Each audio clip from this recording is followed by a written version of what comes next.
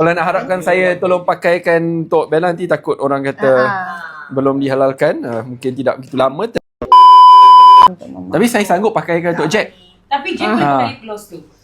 Jack boleh pakai lip gloss. Yes. Oh. Ya, nak demo boleh. Boleh demo ke Jack? Tapi boleh. Come, Jack. Jack, okay Jack. Walaupun Jack seorang atlet. Ya.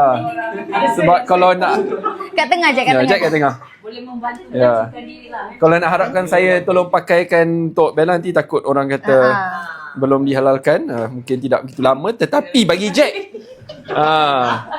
Crop tu kan. bagi Jack, saya rasa saya boleh.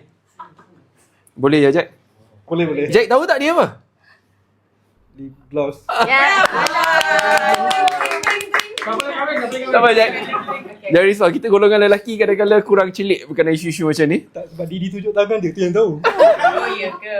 Kira-kira But Sekejap, But you I can nak baca see- komen sekejap ya. it's wonderful. I mean like the quality control put in the process is exceptional lah. Tapi macam mana nak pakai? Saya tak erti sebab saya tak pernah pakai. sebab pakaikan Jack. Oh, betul lah. Oh. Tak apalah. Oh, okay. So Jack macam mana Jack? Silaturahim.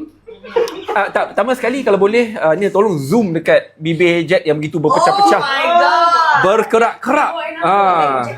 Kita kena pakai okay. after. Ya, ini saya rasa contoh bibir yang bermasalah. Bibir orang kuat bekerja. Kalau tak kuat bekerja, dia bukan Jack lah kan. So kita cuba menyelesaikan masalah ini. Macam mana Jack? Jack yang Kenapa nak pegang pula? kering Ah, dengan kesan kering. ya, kau boleh fokus kat bibir, jangan fokus kat perut ya. Perut tidak boleh diselesaikan ke benda ni. Ya. Macam mana Jack? Fokus lah Jack. Wow. Walaupun Jack agak shaking. Orang kata kenapa Jack malu-malu? Tiba pula malu. Jack, fokus Jack, fokus. Jadi model. Oh. Oh. Dia mungkin tak rela kan. Jadi pakaikan kat kumis dia buat apa? Tak tahu. Kena pakai mana? Bibir saja. Tapi macam Jack, ke Oh. ini kalau main bola daripada jauh ni. Terus jadi Jamila. Ya Allah. Dan